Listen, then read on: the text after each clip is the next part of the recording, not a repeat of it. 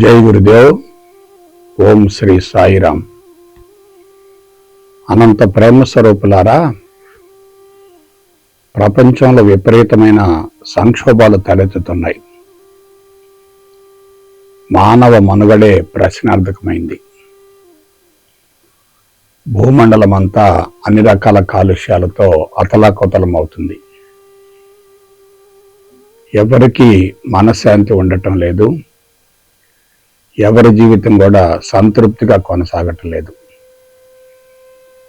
ఆనందం అనేది అందని ద్రాక్ష పండులా తయారైంది. ఇటువంటి క్లిష్ట పరిస్థితులలో ప్రపంచాన్ని పరిరక్షించాలి కదా, ప్రపంచాన్ని కాపాడుకోవాలి కదా, ప్రకృతిని పునరుద్ధరించాలి కదా. అందుకు మనకి ఎవరు కావాలి? ఎవరు కావాలంటే సద్గురువు కావాలి. మరొక మాటలో చెప్పాలంటే సద్గురువుల యొక్క అండదండలు, ఆశీస్సులు ఈ ప్రపంచానికి తప్పనిసరిగా అవసరం. సద్గురువుల ద్వారానే ఆదర్శ ప్రపంచ నిర్మాణం సాధ్యమవుతుంది తప్ప వేరే విధంగా సాధ్యమయ్యే ప్రసక్తి లేదు. ఎందుకంటే సత్య దర్శనం అనేటటువంటి పదం చాలా విలువైంది. సత్య దర్శనం గావించుకున్న వ్యక్తికి మాయ ఉండదు. మాయను అధిగమించగలిగితేనే సత్య దర్శనం అవుతుంది. అందువలన సత్య దర్శనం గావించుకున్నటువంటి సద్గురువుల ద్వారానే ఈ ప్రపంచానికి న్యాయం జరుగుతుంది. ఒకసారి ఆధ్యాత్మిక చరిత్రను సూక్ష్మంగా పరిశీలించండి. క్రీస్తుకు పూర్వం 6000 సంవత్సరాల నాడు సత్యదర్శనం గావించుకున్నటువంటి ఋషులు తపో సమాధిలో ఉండి కనిపించేటటువంటి స్థూల జగత్తును నడిపించేటటువంటి పరమాత్మను ఉన్నదానిని ఉన్నట్లుగా పెంచకుండా, తగ్గించకుండా, మార్చకుండా, వక్రీకరించకుండా అదంతా భగవంతుని మయమే అని అభివర్ణించారు, బహిర్గతం గావించారు, నిరూపించారు. ఒక విషయం చెప్పండి, భగవంతుడిని బహిర్గతం గావించినటువంటి ఏ వ్యక్తి అయినా భగవంతుడు అవుతాడు కదా. నేను భగవంతుడను అనుకోవటం ఒక దశ, విశ్వమంతా భగవంతుని మయం అనేటటువంటి అనుభవాన్ని పొందటం అనేది మహోన్నతమైనటువంటి స్థితి. ఆ స్థితిలో ఎవరైతే ఉంటారో వాళ్ళకి సత్యదర్శనం అవుతుంది. సత్యదర్శనం అయిందంటే మాయకు అవకాశమే లేదు. ఇప్పుడు ప్రపంచం మొత్తం ఏం జరుగుతుంది? ప్రపంచం అంతటా ఏం జరుగుతుందో ఒకసారి పరిశీలించండి. సత్యాన్ని, ధర్మాన్ని అణచివేశారు. చట్టాన్ని, న్యాయాన్ని రూపొందించుకున్నారు. చట్టం, న్యాయం అనేవి రెండు కూడా కృత్రిమ మేధస్సుకు సంబంధించినవి. సత్యం, ధర్మాలు రెండు కూడా సహజమైనటువంటి మేధస్సుకు సంబంధించినవి. క్రీస్తుకు పూర్వం 6000 సంవత్సరాల నాడు సత్యదర్శనం గావించుకున్నటువంటి ఋషుల యొక్క తపో సమాధి నుండి ఈ మహోన్నత కళాత్మక జీవన విధానం ప్రపంచానికి కానుకగా అందించబడింది. అంటే ఇప్పటికీ 8000 సంవత్సరాలైంది. కొంచెం కామన్ సెన్స్గా ఆలోచించండి. ప్రపంచం మొత్తం ఆటవికంగా ఉన్నప్పుడు, అనాగరికంగా ఉన్నప్పుడు, జంతు ప్రవృత్తితో ఉన్నప్పుడు, నాగరికత ఛాయలు లేనప్పుడు ఈ ఆధ్యాత్మిక మార్గం వెలుగులోకి వచ్చింది కదా. అది దశల వారీగా అందరికీ అందుతూ ఉంటే ఈ పాటికి ప్రపంచం ఆదర్శ ప్రపంచం అయ్యేది కదా, ఆధ్యాత్మిక ప్రపంచం అయ్యేది కదా, స్వర్గతుల్యం అయ్యేది కదా, ప్రతి కుటుంబం కూడా దేవాలయం అయ్యేది కదా, ప్రతి కుటుంబం కూడా ఆనంద నిలయం అయ్యేది కదా. అది ఎందుకు జరగలేదు? ఎందుకంటే బహిర్గతం అయిన తర్వాత అది తప్పనిసరిగా ప్రపంచానికి విస్తరించాలి, వ్యాపించాలి కదా. అందులో సత్యం కదా, సత్యం అనేది శాశ్వతంగా ఉంటుంది కదా. సత్యదర్శనం గావించుకున్నటువంటి వ్యక్తులు అందించేటటువంటి ఎటువంటి సమాచారమైనా సత్యానికి ప్రతిరూపం అవుతుంది కదా. మరి ఎందుకు అలా జరగలేదు? అందుకు మూల కారణం ఏమిటి? సిద్ధాంతాన్ని గురించి బోధించడం చాలా సులభం, అనుభవం పొందటం బహు కష్టతరం. క్రీస్తుకు పూర్వం 6000 సంవత్సరాల నాడు సంపూర్ణ స్వేచ్ఛను పొందినటువంటి వ్యక్తుల యొక్క అంతర్వాణి నుండి వేద విజ్ఞానం బహిర్గతమైంది. వాళ్ళ అనుభవాన్ని పొందారు. ఎలా పొందారు? బ్రహ్మచర్యంలో ధర్మాన్ని గురించి తెలుసుకున్నారు, సత్యాన్ని గురించి అవగాహన గావించుకున్నారు. ఆ సమాచారం మొత్తాన్ని విత్తనాల రూపంలో అంతరంగంలో భద్రపరుచుకున్నారు. కాబట్టి ధర్మంతో జీవితం ప్రారంభమైంది. రెండవ దశ అదేమిటి? గృహస్థు దశ. ధర్మపత్నితో సంసార జీవితం కొనసాగింది. ధర్మేచ అర్ధేచ కామేచ మోక్షేచ నాతి చరామి. ఏమైంది? ధర్మపత్నితో ధర్మబద్ధంగా సంసార జీవితం కొనసాగింది. అందుకు మూల కారణం ఏమిటి? బ్రహ్మచర్యంలో వాళ్ళు సత్యం ధర్మాలను గురించి తెలుసుకోవటమే. ఆ తర్వాత ధర్మపత్నితో సంసార జీవితాన్ని కొనసాగిస్తూ ఉన్నతమైనటువంటి సంస్కారవంతమైనటువంటి బిడ్డలకి జన్మనిచ్చారు కదా. ఎప్పుడైతే ఉత్తమమైనటువంటి సంతానాన్ని సమాజానికి కానుకగా అందించడం జరుగుతుందో జీవిత సంకల్పం నెరవేరినట్లేగా, జీవిత పరమార్థం నెరవేరినట్లేగా. బిడ్డలను గురించి అతిగా అనవసరంగా ఆలోచించవలసిన అవసరం లేదుగా.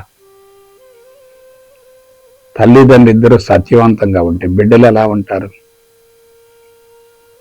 తల్లిదండ్రులిద్దరూ ధర్మంగా జీవిస్తూ ఉంటే బిడ్డలు ఎలా ఉంటారు?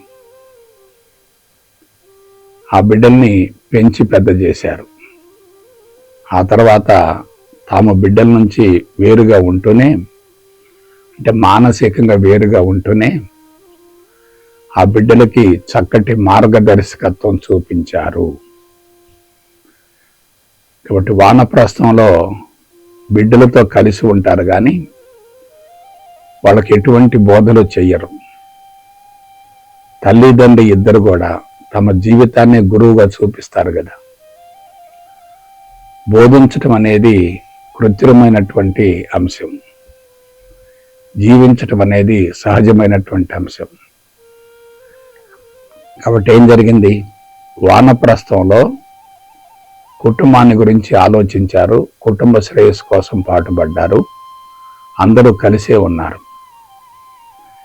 ఎప్పుడైతే సమస్య అనేది లేదో మనసు ఎలా ఉంటుంది? ప్రశాంతంగా ఉంటుంది కదా, అంతరంగం సంతృప్తిగా ఉంటుంది కదా. అంతరంగం సంతృప్తిగా ప్రశాంతంగా ఉన్నప్పుడు ఇక సంస్కారాలకు అవకాశం లేదు కదా. సంపూర్ణ స్వేచ్ఛను ప్రయోగపూర్వకంగా అనుభవించవచ్చు కదా. ఆ తర్వాత సన్యాస దశలో ఏమవుతుంది? భార్య భర్త ఉంటారు, కుటుంబం ఉంటుంది, కానీ ఒంటరి జీవితాన్ని కోరుకుంటారు, ఏకాంతాన్ని కోరుకుంటారు. ఎప్పుడైతే ఒంటరి జీవితం ఏకాంతం రెండు ఉన్నాయో అది సంపూర్ణ స్వేచ్ఛను అనుభవించడం అవుతుంది కదా. కాబట్టి సన్యాస దశకు చేరిన తర్వాత తమ జీవిత అనుభవాన్ని ప్రపంచానికి బహిర్గతం గావించారు. ఎప్పుడైతే సంపూర్ణ స్వేచ్ఛ ఉంటుందో అంతరంగం పూర్తిగా ఖాళీ అవుతుంది. చుట్టూ ఉన్నటువంటి ప్రపంచం అంతా, ప్రకృతి అంతా భగవంతునికి ప్రతిరూపంగా గోచరిస్తుంది. వాళ్ళు ఆ విషయాన్ని తెలియజేశారు తప్ప వేరే ఏమీ దాచుకోలేదు. అందుకే కనిపించేటటువంటి స్థూల జగత్తును నడిపించేటటువంటి పరమాత్మను ఉన్నదానిని ఉన్నట్లుగా పెంచకుండా, తగ్గించకుండా, వక్రీకరించకుండా, మార్చకుండా, మానవుని యొక్క స్వరవ్యవస్థకు అనుగుణంగా పవిత్రమైనటువంటి శబ్దాలతోటి భగవంతుడికి సంబంధించినటువంటి బ్రహ్మజ్ఞానాన్ని ప్రపంచానికి తెలియజేయటం జరిగింది. ఇక్కడ విషయం ఏమిటంటే, ఆ సమాచారం మొత్తం కూడా భగవంతునికి ప్రతిరూపంగా అందించబడింది. ఒక మాట చెప్తాను, భగవంతుని స్థితి నుండి భగవంతుడిని గురించి భగవంతుని భాషలో భగవంతుడే భగవంతునికి తెలియజేయటం. అంతా భగవంతుడే, ప్రకృతి అంతా భగవంతుడే, అది పదార్థం కానే కాదు. పదార్థం అనేది విశ్వంలో ఎక్కడా లేదు, పరమాత్మ మాత్రమే ఉంది, శుద్ధ చైతన్యం మాత్రమే ఉంది, భగవంతుడు మాత్రమే ఉన్నాడు. అటువంటి అద్భుతమైనటువంటి మహోన్నత కళాత్మక జీవన విధానం భారతీయులకు అందించబడినప్పటికీ మనుషులు ఇంద్రియాల వినోదంలో శారీరక సుఖానికి అలవాటు పడి భౌతికవాదపు మత్తును పెంచుకొని నేను, నాది, నాకనేటటువంటి అహంకారాన్ని బలోపేతం గావించుకొని జీవభావాన్ని పెంచుకొని మనుషులు ఆధ్యాత్మికతను అందుకోలేకపోయారు. నేను ఒక మాట చెప్తున్నాను, బోధించటం చాలా సులభం, అనుభవంలోకి పొందటం చాలా కష్టం.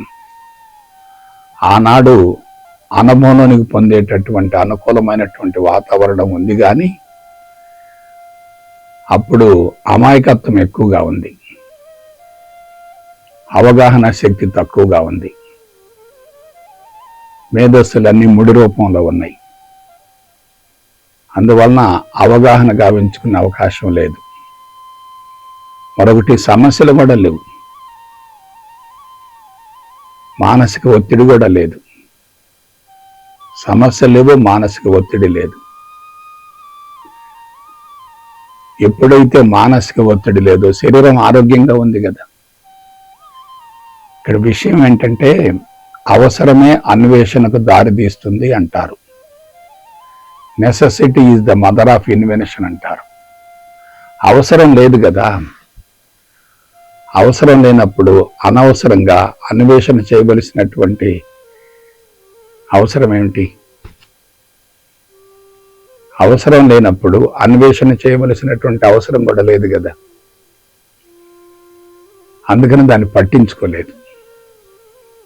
అందువల్ల ఏమవుతుంది, దశల వారీగా భౌతికవాదపు మత్తు పెరుగుతూ వచ్చింది. భగవంతుడికి సంబంధించినటువంటి జ్ఞానం తగ్గుతూ వచ్చింది. అనుభవించి బోధించేవాడు తగ్గుతూ వచ్చారు. ప్రచారం పెరుగుతూ వచ్చింది. ఎందుకంటే భగవంతుడికి సంబంధించినటువంటి జ్ఞానం కదా. భగవంతుడి కంటికి కనిపించడు కదా. కంటికి కనిపించేటటువంటి ప్రకృతిని వర్ణించడానికి, కంటికి కనిపించినటువంటి భగవంతుని గురించి తెలియజేయడానికి మధ్య స్పష్టమైనటువంటి వ్యత్యాసం ఉంటుంది కదా. అందువల్ల ఏమైంది, దాన్ని స్వీకరించలేకపోయారు. ఈ విధంగా కొన్ని వేల సంవత్సరాల నుండి మనుషులు ప్రకృతికి దూరం అయ్యారు, యాజమాన్య తత్వాన్ని పెంచుకున్నారు, సత్యాన్ని ధర్మాన్ని పక్కన పెట్టారు, చట్టాన్ని న్యాయాన్ని రూపొందించుకున్నారు, భద్రత ముసుగులో బంధించబడ్డారు, సంపాదన హక్కు, సంపద హక్కు, ఆస్తి హక్కు అని చెప్పి ఎవరికి వాళ్ళు బౌండరీస్ పెట్టుకున్నారు, ప్రకృతిని విభజించుకున్నారు, ప్రకృతిని పంచుకున్నారు, ప్రకృతిని తమ అవసరార్థం వాడుకుంటూ వచ్చారు. అది ఎంత ప్రమాదకరమైనటువంటి జీవన విధానం మీరు ఆలోచించండి.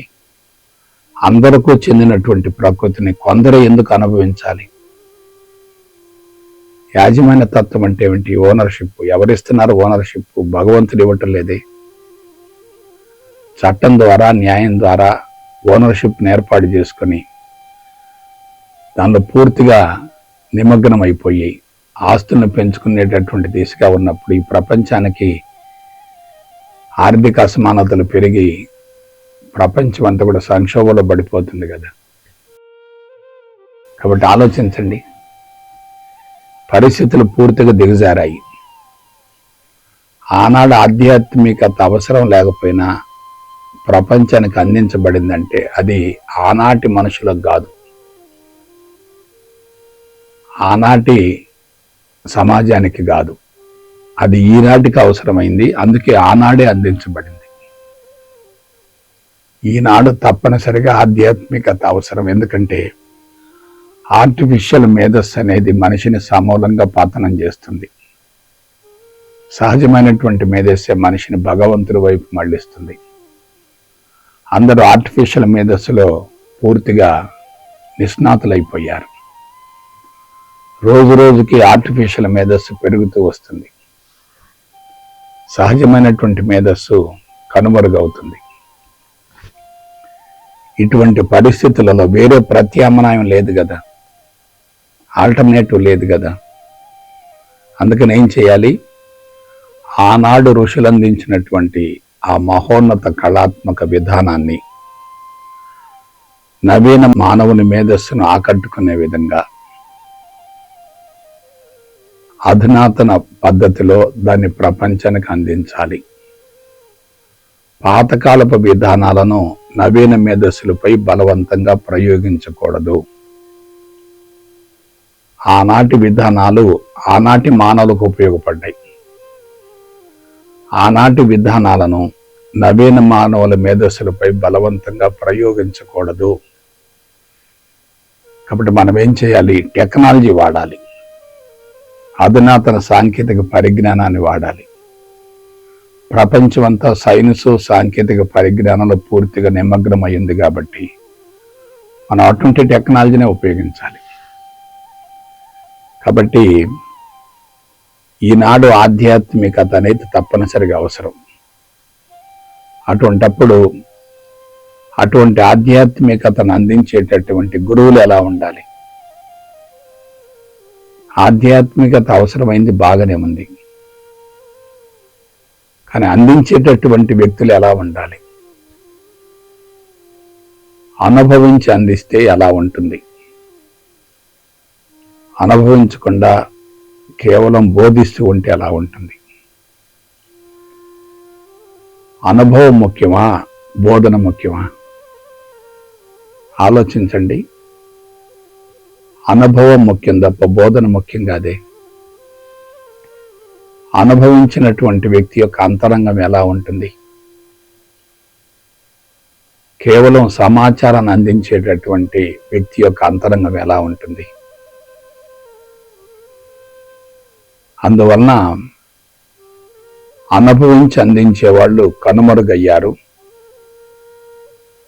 కేవలం సమాచారాన్ని అందించేటటువంటి వాళ్ళు విపరీతంగా పెరుగుతూ వచ్చారు. నాకు తెలిసినంత వరకు ప్రస్తుతం ఆధ్యాత్మిక ప్రచారం ముమ్మరంగా జరుగుతుంది. అందులో ఎటువంటి సందేహం లేదు. ఇంత ముమ్మరంగా ఆధ్యాత్మిక ప్రచారం జరుగుతున్నప్పుడు మరి ప్రపంచంలో మార్పు రావాలి కదా. తన దగ్గరకు వచ్చినటువంటి వ్యక్తిలో ఆత్మజ్ఞానం యొక్క అనుభవం ఏర్పడాలి కదా. మరి సంస్థల్లో ఉన్నటువంటి వ్యక్తులలోనే నెగిటివ్ బాగుపోతే వాళ్ళు ప్రపంచానికి ఏ విధంగా న్యాయం చేస్తారు? బోధించే వ్యక్తి యొక్క అంతరంగంలో అనుభవం లేకపోతే ఆయన ప్రపంచానికి ఏమిస్తాడు? లోపల ఏదుంటే అదే ప్రపంచానికి అందిస్తారు కదా. లోపల ఆనందం లేనప్పుడు ఆనందాన్ని ప్రపంచానికి ఎలా అందిస్తారు? ఆలోచించండి. ప్రచారం విపరీతంగా పెరుగుతుంది కదా, సంస్థలు పెరుగుతున్నాయి కదా, గురువులు పెరుగుతున్నారు కదా, విధానాలు పెరుగుతున్నాయి కదా, అందరూ విపరీతంగా పరుగులు తీస్తున్నారు కదా, దేవాలయాలన్నీ కిక్కిరిసిపోతున్నాయి కదా. ఇంత జరుగుతున్నప్పటికీ ప్రపంచంలో నెగిటివ్ ఫోర్సెస్ తగ్గటం లేదంటే వీళ్ళు దేవాలయాలకు వెళ్ళి, ఆశ్రమాలకు వెళ్ళి, శిక్షణా తరగతులకు వెళ్ళి నెగిటివ్ని స్వీకరిస్తున్నారు కదా. ఆ నెగిటివ్ ఎక్కడి నుంచి వస్తుంది? గురువుల ద్వారా వస్తుంది కదా. అనుభవించి, ఆచరించి, అందించేటటువంటి గురువు ఎలా ఉంటాడు? అనుభవం లేకుండా సమాచారాన్ని సేకరించి అందించేటటువంటి గురువు ఎలా ఉంటాడు? ఇవాళ టన్నుల కొద్ది సమాచారం ఉంది. ఎవరికి తోచిన విధంగా వాళ్ళు సమాచారాన్ని ప్రపంచానికి అందిస్తున్నారు. కానీ అక్కడ ఆచరణ ఉండటం లేదు కదా. ఆచరణ ఉంటే అది తప్పనిసరిగా ప్రపంచానికి వరమవుతుంది కదా. ఆచరణ లేకుండా అందిస్తూ ఉంటే అది ప్రపంచానికి భారం అవుతుంది కదా. ఇవాళ ఆధ్యాత్మిక మార్గంలో ఉండే అందరూ కూడా ఘర్షణ పడుతున్నారు. ప్రశాంతత రావాలి తప్ప ఘర్షణ ఉండటం ఏమిటి? అంటే ఎక్కడో పొరపాటు జరుగుతుంది. ఆ పొరపాటుని తప్పనిసరిగా మనం ఏం చేయాలంటే సరి చేయాలి. పొరపాటును తప్పనిసరిగా సరి చేయాలి. పొరపాటును సరిదిద్దకుండా అదే విధానాన్ని అనుసరిస్తూ ఉంటే అటువంటి ఫలితమే వస్తుంది తప్ప ప్రపంచంలో మార్పు రాదు కదా. కాబట్టి ప్రపంచంలో తప్పనిసరిగా మార్పు రావాలి. మార్పు రాకపోతే ప్రపంచ మనుగడే ప్రశ్నార్థకం అవుతుంది. విపరీతంగా సమస్యలు పెరుగుతున్నాయి, విపరీతంగా జబ్బులు పెరుగుతున్నాయి, విపరీతంగా భౌతిక పరమైనటువంటి అభివృద్ధి జరుగుతుంది. ప్రకృతి వనరులు విపరీతంగా ధ్వంసం అయిపోతున్నాయి. ఇదంతా మన కళ్ళ ముందు చూస్తున్నప్పుడు ఎందుకు ఇలా జరుగుతుంది అనే దాని గురించి ఆలోచించే వాళ్ళు ఉండాలి కదా. అలా ఆలోచించేటటువంటి వ్యక్తి ఎవరంటే సద్గురువు. ఎందువలన అలా ఆలోచించగలుగుతాడు? అతనికి సత్యదర్శనమైంది. సత్యదర్శనమైందంటే మాయ ఉండదు కదా.